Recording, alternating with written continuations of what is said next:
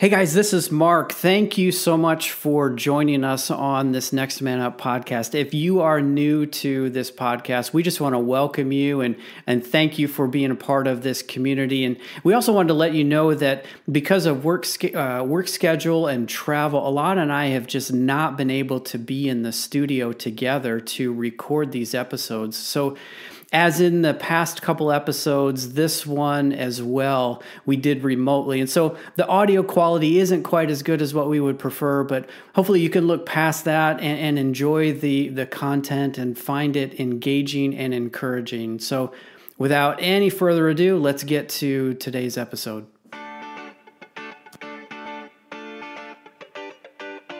Hey guys, I'm Mark. I'm Alen. And welcome to another episode of The Next Man Up.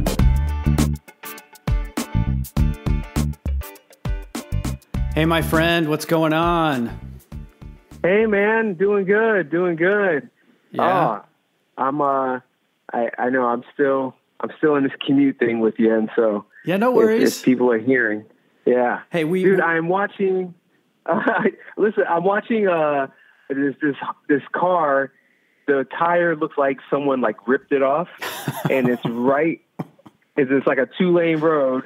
Or a 4-lane road, and the dude is in the middle of the 2 lanes on his side. Oh, no. Right in the middle of a traffic jam. Nothing could possibly go wrong there. Yeah, whoa. I'm not laughing at that person. I'm sorry. That sounds like I'm laughing at the person. We've all been there. Yeah, it's so hard. Poor dude. I did a lot of driving over the weekend, and I saw all kinds of cars off the road, and it was pretty rainy down and back, and yet it felt like that first snowfall that we get here in Ohio, where people forget that they got to slow down. The roads are slippery, and you see all these cars off. Man, if I saw one, I saw 10 cars in the ditch that looked like they had just slid off the road sometime in the last couple days.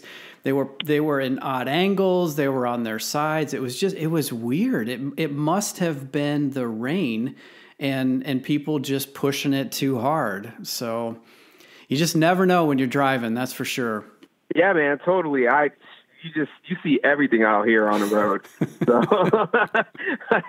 I'm waiting for for a deer to be sitting next to a car on the side of the road, broken down, drinking tea, trying to,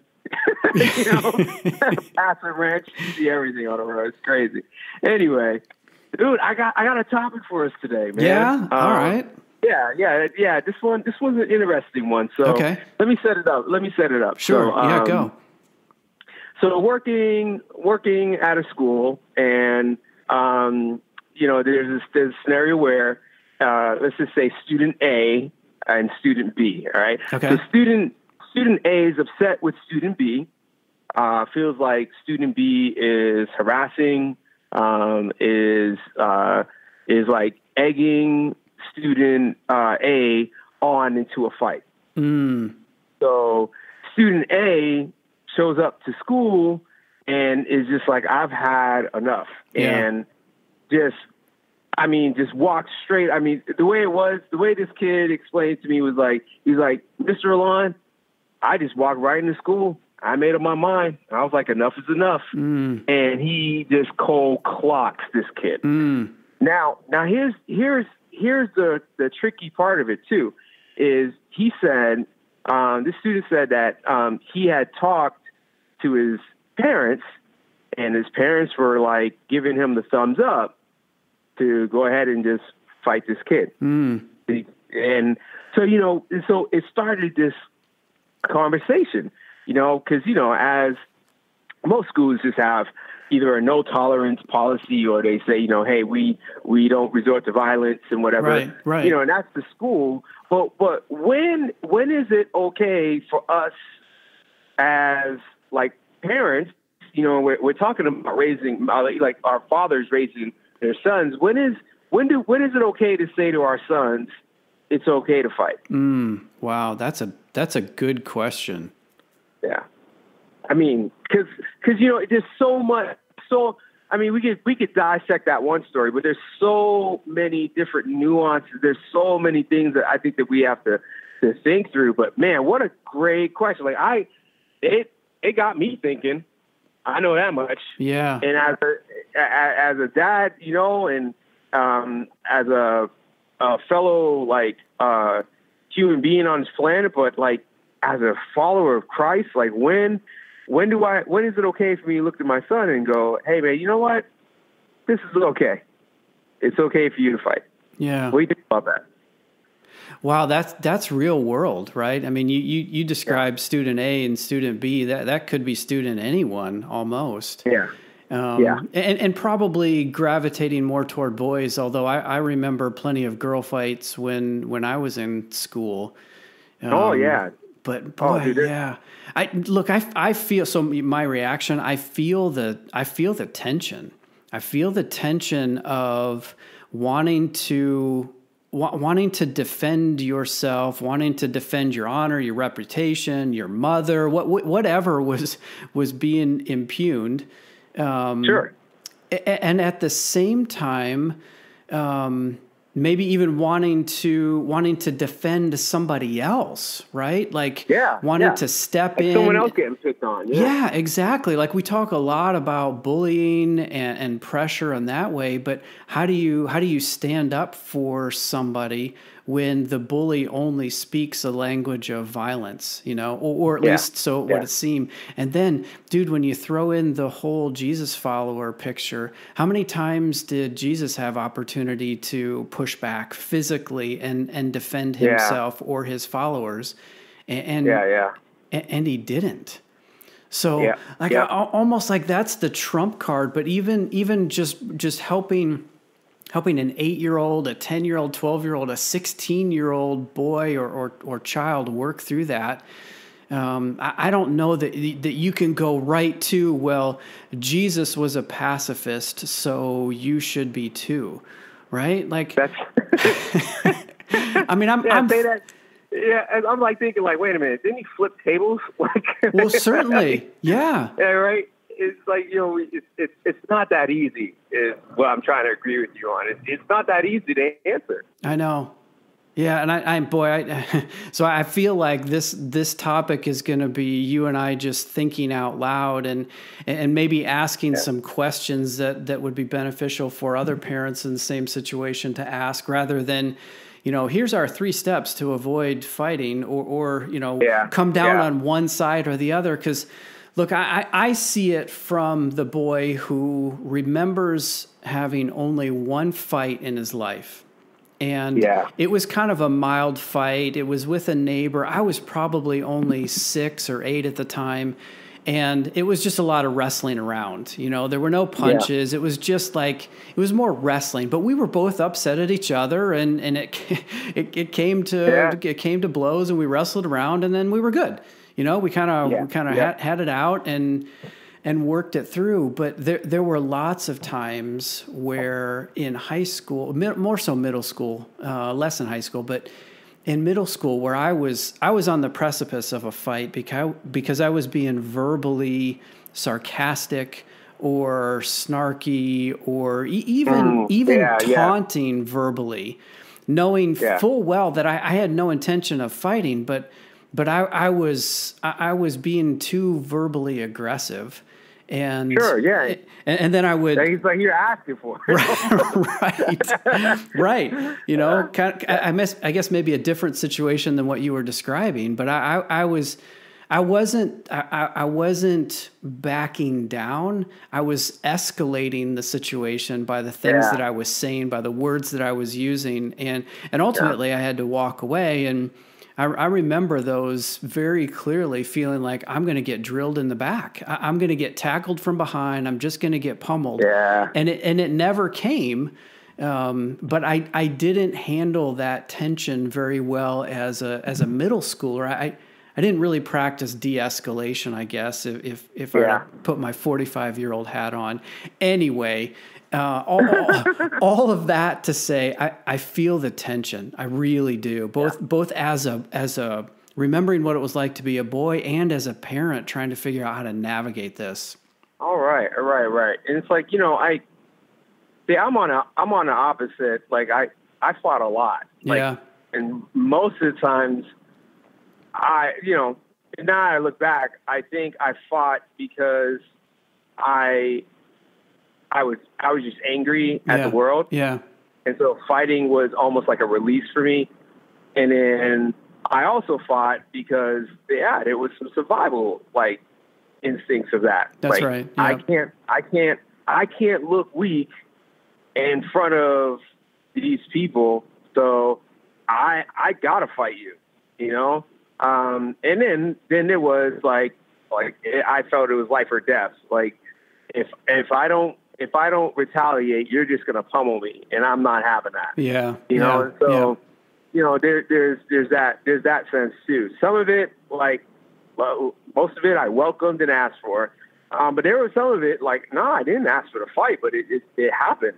And so I think, like, for me, like, I'm always thinking of like what, like one question to answer is like, what is fighting and where are we in the stage of it?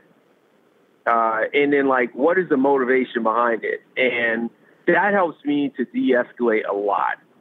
Like, and I've grown to not fight. Thank God. I'm not fighting anymore. My last fight was like in my teens, I believe, and I'm glad for that. But I remember what it felt like. And I remember like the ones that I wasn't asking for and the ones that I did ask for. I remember what it felt like. And I remember why I was fighting and what was behind it and what was my motivation. And I get it. I get why young people, like, especially those who have gone through a lot of trauma, it seems like they're getting into fights every day. Yeah. I totally get it. And so there's reasons behind it, and it's hard because, like, but it's working with young people, yeah, man, especially because as a follower of Jesus, I don't think violence is the number one way. Like, I think there's other ways to do it, but it's hard to teach that to kids, Yeah.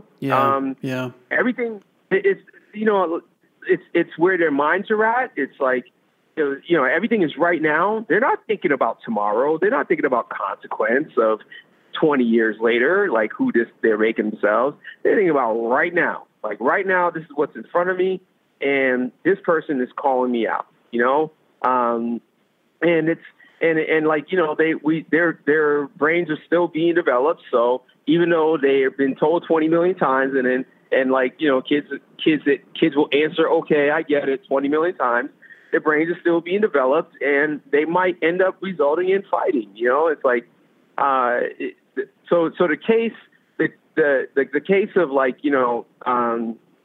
of the tension of it, I totally get. Yeah. But yet, I still feel like there's a lean towards like non-violence. I don't like even with my son, and we have this conversation a lot. He's in high school and testosterone is flowing, and people are saying things and doing things, and it's so hard because I get it, man. I get it. It's like, dude, why can't I just go blow to blow with this dude and just get it over with, Dad? And I'm like, I don't want violence to be the first thing that you think of, because that's the easiest route. Yeah, that's right. Like, you know what I mean? The easiest route is just to start swinging, and I know it. I know it like the back of my hand. But what does it bring? Like, you know what I mean? Like, what does it bring? How, like, what does it do to you as a person, in your heart and in your mind? Not just like emotionally and like spiritually, but even like, mentally. Like, there's pathways that start growing in your brain. Like, the best way to resolve a problem is through violence and spread through out like your whole life. And so I have to be the voice of that for my kid. And impress him in the opposite way, and so, like, he's like, Dad, why can't I do this? I'm like, dude, this because of everything, and it's not just a 30-second answer. It's a lifelong journey, son, of like not allowing violence to be the first thing that comes to mind when you have a problem, and such. So, yeah, you said something that I think is really key, and it's this. the sense for boys in particular that we can't appear weak, that we've got to be able to stand up, we've got to be able to defend, we can't back down, we've got to be able to prove ourselves physically, when we don't need to. But the world, Alen, you know this. You live in it every day. The world's message, the cultural, societal message is men can't be weak. Boys can't be weak. And if you are weak or perceived to be weak, then you become, in the pack, you become the omega, right? The one that gets picked on. And if it happens once, it's going to happen again and potentially again. And who wants that, right? Like I'm picturing the boy that is continually picked on. And we've seen it depicted in TV shows and movie and finally steps up and levels the bully. And it's like there's something inside of me that rises up and says, yes, yes, stand your ground, push back and defend who you are so that you're not taken advantage of. But to your point, that to go for that as the first response, as the only response, it just, as you like to say, it's just no bueno. That's too easy. No bueno, And it leads down it potentially leads down a path of greater consequences. But man, the male inside of me wants to say, stand your ground, push back, and hold and don't take that stuff from that other person. No, and see, that's where I think like mindset comes in. So I'm like my son, like I'm like, dude, like swinging on someone, violence in a sense of physical altercation, I think is literally the last resort. Yeah. But that doesn't mean there's not other ways to fight.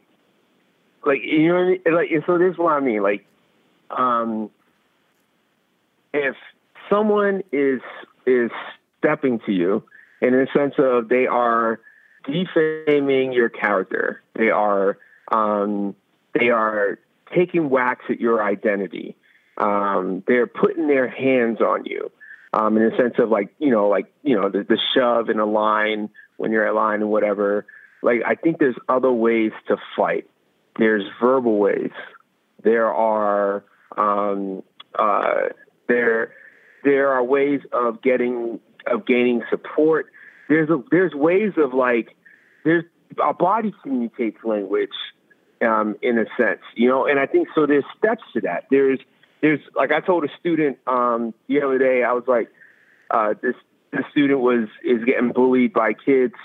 He has some qualities that some people might say are feminine for a boy, and people are like making fun of him, and it's been going on for a long time. And this kid is just, his heart is broken and whatever. And so I was like, you know what? I want you to stand up for yourself. I want you to do that. And the way I want you to do that is look that person straight in the eye when they're doing that, and with your most authoritative voice that you can, not screaming, not yelling. Look at them and just be like, enough is enough. Knock it off. I don't appreciate you doing this to me. Just knock it off. I mean, sometimes that's what people need. That's it's right. A verbal response, not of, and it is different than like, oh yeah, well your mom was so fat. How fat is she? Like, you know what I mean? Like it's different than the response of that. You know what I'm saying? Right. But a straight up, like, no nonsense, no whatever, just look like a straight up direct look in the eye, look in the face, and a response of knock it off. I'm not liking what you're doing. I don't like it at all. I don't appreciate it. Stop it. Yeah. Sometimes that works, man. Believe it or not. Sometimes that's all that people need. I have tons of stories of students going and doing that to another student who's been picking on them, and the person's like, oh, I didn't even know.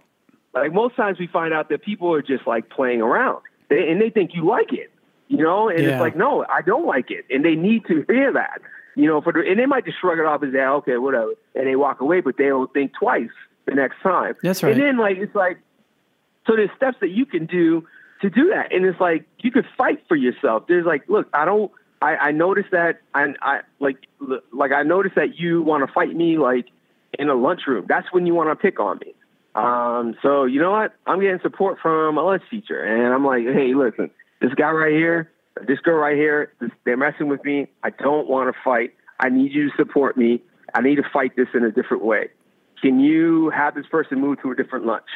Can you have this person's seat moved away from me? And continuing to press those up to finally, like I was like, when you do that kind of stuff, what happens is you're not only standing up for yourself, but then I'm standing up with you. Yeah, and that teacher in the lunchroom is standing up with you. And the principal's standing up with you. I don't care if we have to go as far as having like parent conferences, because then we have that kid's parent standing up for you, and you end up fighting the situation in a whole complete different way till finally that student realizes like, whoa, man, this is pretty serious. I need to knock this off. And they stop, and so you could take that in the arena and see that there's different ways to fight it. Martin Luther King is a perfect person for that. Yeah, that's right. Like he chose a route to fight racism in a different way than like even Malcolm X.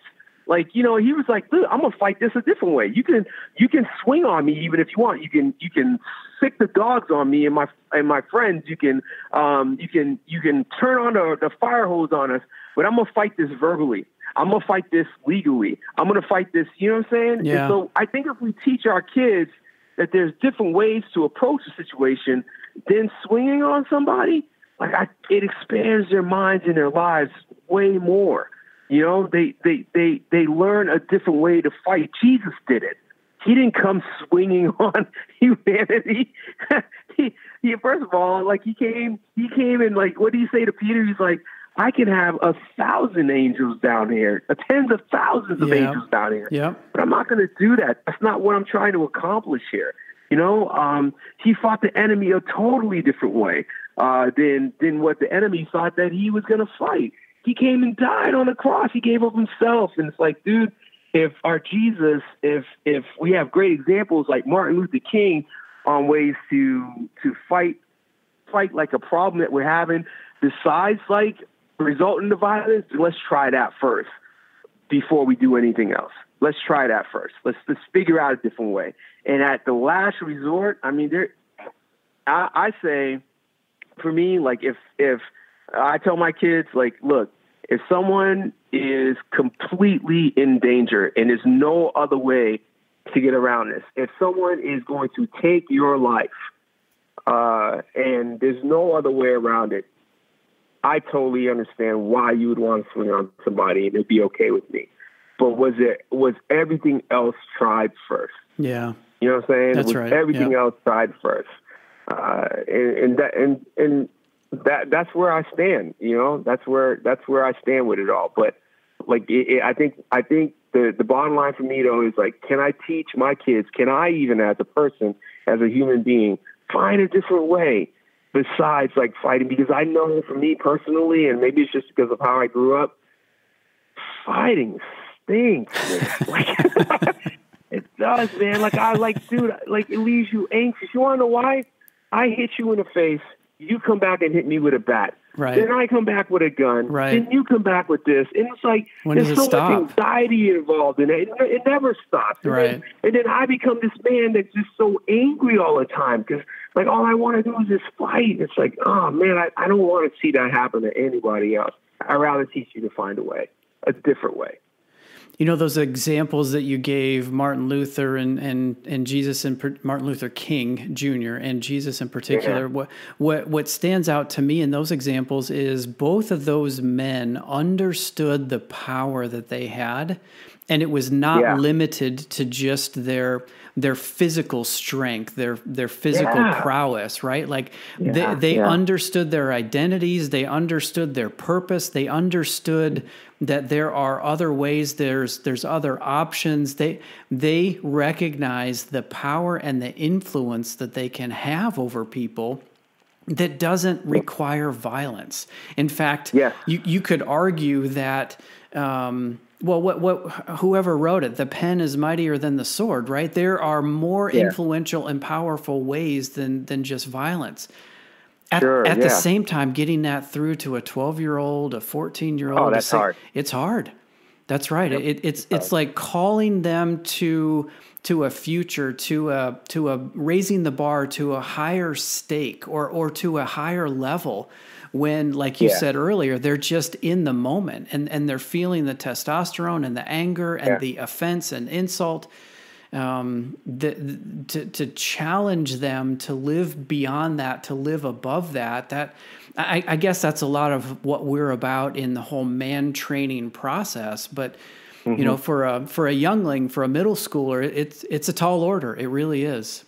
Dude, it is a tall, and honestly, like, you know, like I think it's good for us dads to, like, even as we're talking with our sons about this stuff, I think it's good for us to praise them when they are trying to go the other way, because it's hard. That's right. It is really hard, man, in our society, man. Anyone says anything to you that makes you look lesser, it is taught you go out swinging. Yeah. It's just that you have to get back. And it's revenge, really, honestly. It's revenge. It's like, get revenge. And the best way to get revenge is to knock them out or to do some physical harm. And like, so like, you know, even with my son, like, you know, there was times where I was just frustrated. I'm like, oh man, dude, like, you just fighting way too much. Or like, can you just listen? Can you understand? But there's some points where I do remember my son being in middle school, like, where I was like, you know what? You tried, man. In this society that we live in, that says for you to get into a fight, when you feel like you are being dissed or disrespected, like, I could see in this story where you tried, and I need to give you props on that. Yeah. I need to give you props on that. And yeah, I like to be like, yeah, man, dude. So next time, let's try to go a little further. But right now, I need to give you your props because, yeah, you ended up knocking this kid, and he started knocking you. But there was a moment where you tried to not fight. You tried to find a different way. And I just notice when we give praise to kids for even trying, it even helps them grow even more. Yeah. You know what I mean? Oh yeah. More Affirmation is huge. We're pointing them towards, you know? Yeah. And, you know, even with my son, like, he hasn't had a fight in a long time. He hasn't resorted to blows in a long time. And me, I haven't resorted to blows in a long time, you know? But I think that helped it. You know, I think that helped it. Like, yeah, oh wow, Dad noticed that I was trying to do the right thing here. Yeah, yeah. You know what I'm saying? And he gave me props for that. That means something to me, you know? Yeah. Yeah, the tool of affirmation as an adult, as a parent, it's a great tool. And we're not talking about just making snowflakes here and everybody gets a trophy. It's like just recognizing, like you said, giving them props for when they're making strides. You know, I read something the other day that our comparison point shouldn't be somebody else. It should be us yesterday. And if we have progressed from yesterday, then being able to affirm that in ourselves as well as in our kids, it goes a long way. It makes a big difference. Agreed, man. Agreed. You know, I knew this would be a tough one. Yeah. You know, I feel like I'm interested to hear what other people would think about this too. So like, if you have thoughts on this out there and you're listening, I would love to hear people's thoughts. Because I know this is a point of tension for me as a dad. Yeah. It's not an easy one. And I think I don't know that I've ever crystallized my position, but if I were to say it, it would sound a lot like yours, where fighting is the last resort. There's always a better way, even if it's just walking away and taking the verbal shots to the back. You know, there's always a better way, except maybe there's that scenario where somebody is in trouble and you need to step in and help them out. Like I don't want to tell my boy, well, stand on the sidelines and say stop. You know, when some girl is getting taken advantage of, or some boy is being roughed up, and you can step in and do something, then step in and do something. But other than those probably mostly extreme scenarios, there is a better way, and you can find power and strength and demonstrate power and strength without just resorting to swinging. Like swinging on somebody. Yeah, absolutely, man. Yeah. Absolutely. Well, man. Yeah, I invite listeners as well to just send in thoughts, and maybe we're off base, maybe we're scratching on a nerve here. I don't know, but just that.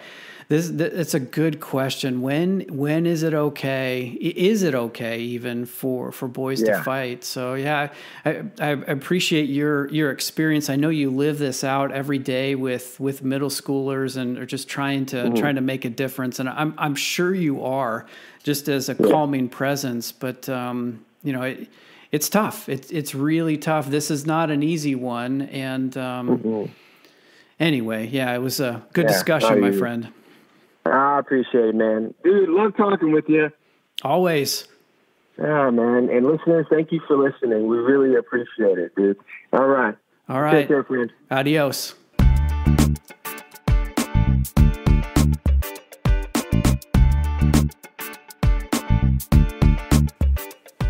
Hey, listeners, thanks for journeying with us on this Next Man Up podcast. You know, we would love to hear from you. Maybe you have a question or an idea, perhaps a topic for us to consider. If that's you and you want to reach out to us, you can get us at feedback@thenextmanup.com. That's feedback@thenextmanup.com. Again, we'd love to hear from you. Until next time, we'll see you later.